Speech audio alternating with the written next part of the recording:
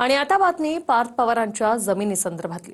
अमेडिया कंपनीच्या जमीन व्यवहार प्रकरणात स्टॅम्प ड्युटीसाठी 24 नोव्हेंबरपर्यंत मुदत वाढवून देण्यात आली।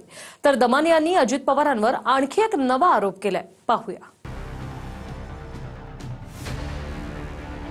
पार्थ पवारांच्या अमेडिया कंपनीच्या जमीन व्यवहार प्रकरणात स्टॅम्प ड्युटी भरण्यासाठी 7 दिवसांची मुदतवाढ देण्यात आली आहे। अजित पवारांनी व्यवहारच रद्द करण्याची घोषणा केली होती, पण सरकारी जमिनीच्या गैरव्यवहार प्रकरणाचा व्यवहार जरी रद्द करायचा असला तरी स्टॅम्प ड्युटी ही भरावीच लागणार आहे। 300 कोटींच्या जमिनीचा व्यवहार दाखवल्यानं 60% प्रमाणे 21 कोटींची स्टॅम्प ड्युटी आणि सरकारची दिशाभूल केल्यानं तेवढाच दंड म्हणजे 21 कोटी असे एकूण 42 कोटी पार्थ पवारांच्या अमेडिया कंपनीला द्यावे लागणार आहे। दरम्यान पार्थ पवारांचे 1% भागीदार असलेल्या दिग्विजय पाटील यांनी मुदतवाढीसाठी अर्ज दाखल केला होता। त्यानुसार मुद्रांक शुल्कासंदर्भात 24 नोव्हेंबरपर्यंत मुदतवाढ देण्यात आली आहे, म्हणजेच 24 तारखेपर्यंत अमेडिया कंपनीला आपलं म्हणणं मांडता येईल। महसूल मंत्री चंद्रशेखर बावनकुळे यांनीही व्यवहार रद्द करायचा जरी असला तरी स्टॅम्प ड्युटीचे 42 कोटी भरावेच लागतील हे स्पष्ट केलंय। सरकारी जागेचा व्यवहार जो आहे तो या नोटीसमधनं जे काही 42 कोटी येणार आहे ते नेमके कशाचे आहे हे मला तपासावं लागेल, कारण आपण व्यवहार रद्द करतोय। व्यवहार रद्द करताना 42 कोटी काय घ्यायचे याचे मला तपासावं लागेल आणि त्यांनी काय दिली हे चेक करावं लागेल। तर पार्थ पवारांवर गुन्हा दाखल का केला नाही? 99% शेअर्स असतानाही पार्थ पवारांना सरकार वाचवतंय अशी टीका अंबादास दानवेंनी केली आहे। अहवाल तयार करणारे सरकारमधले अधिकारी त्यातले अर्धे लोक तर ही जमीन देण्यामध्ये ज्यांचा पुढाकार होता तेच आहे। त्यामुळं जर खऱ्या अर्थाने निष्पक्ष सरकार असेल, निष्पक्ष चौकशी असेल तर पार्थ पवारावर गुन्हा दाखल झाला पाहिजे।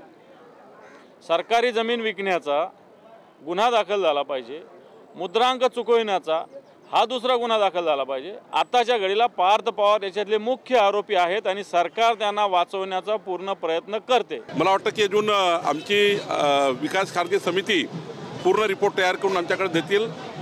30 दिवसाचा वेळ दिला होता, 12 दिवस झालेले आहे, 18 दिवस शिल्लक आहे, लवकरच रिपोर्ट येईल। पुण्यातील 40 एकर जमिनीचा व्यवहार झाला, ती जमीन सरकारी होती। सरकारी जमिनीचा व्यवहार करता येत नसतानाही अजित पवारांचे पुत्र पार्थ पवार यांच्या अमेडिया कंपनीनं व्यवहार केला। त्यामुळे आता श्वेतपत्रिका काढण्याची मागणी ठाकरेंच्या शिवसेनेनं केली आहे। शासकीय जमिनीच्या श्वेतपत्रिका काढली पाहिजे या मताची आम्ही आहोत, कारण हे सरकार आल्यानंतर तुटपुंजी रकमेमध्ये शासकीय जमिनी असतील, महानगरपालिकेच्या जमिनी असतील, सरसकट त्यावेळी असलेल्या मंत्र्यांना जर देण्याचं काम होत असेल आणि मंत्र्यांच्या काही वेगवेगळ्या नातेवाईकांना देण्याचं काम होत असेल तर नेमकं राज्य सरकार कोणाचं आहे आणि कशा प्रकारे या राज्य सरकारकडनं आम्ही अपेक्षा केली पाहिजे। म्हणून हिवाळी अधिवेशनामध्ये या प्रश्नावरती आम्ही जाब विचारल्याशिवाय राहणार नाही। वेळप्रसंगी सभागृह पण बंद करण्याची वेळ आली तरी देखील आम्ही मागे बघणार। तर दमानी यांनी अजित पवारांवरून नवा आरोप केलाय। अजित पवारांच्या नातेवाईकांना 500 कोटींचं हॉस्पिटल बहाल केलं जातंय का असा सवाल अंजली दमानी यांनी केलाय।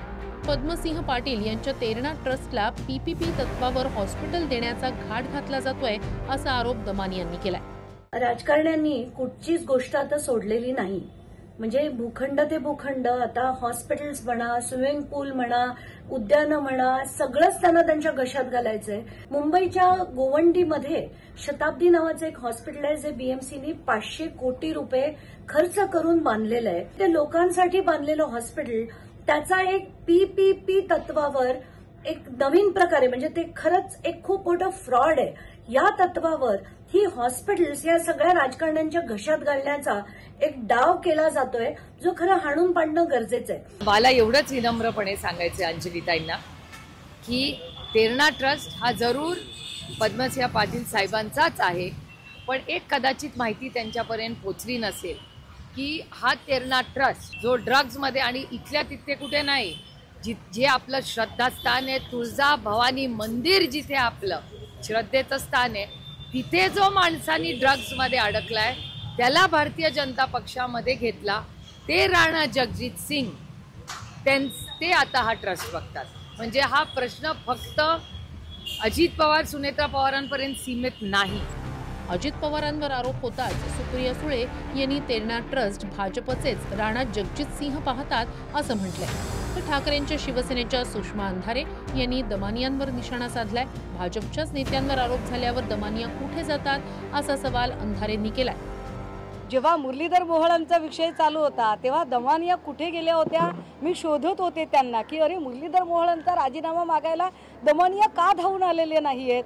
त्याच्या आधी संपदा मुंडेंचा विषय चालू होता तेव्हा आम्ही रणजित नाईक निंबाळकरांबद्दल बोलत होतो, पण रणजित नाईक निंबाळकर भाजपचे खासदार तेव्हाही दमानिया शोधून शोधून सापडत नव्हत्या.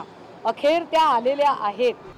गेल्या काही दिवसांपासून दमानियांनी विशेषतः धनंजय मुंडे आणि त्यानंतर अजित पवारांकडे मोर्चा वळवला, त्यावरच अंधारेंनी बोट ठेवलं. पुण्याहून योगेश बोरसेसह bureau report TV9 Marathi, Mumbai.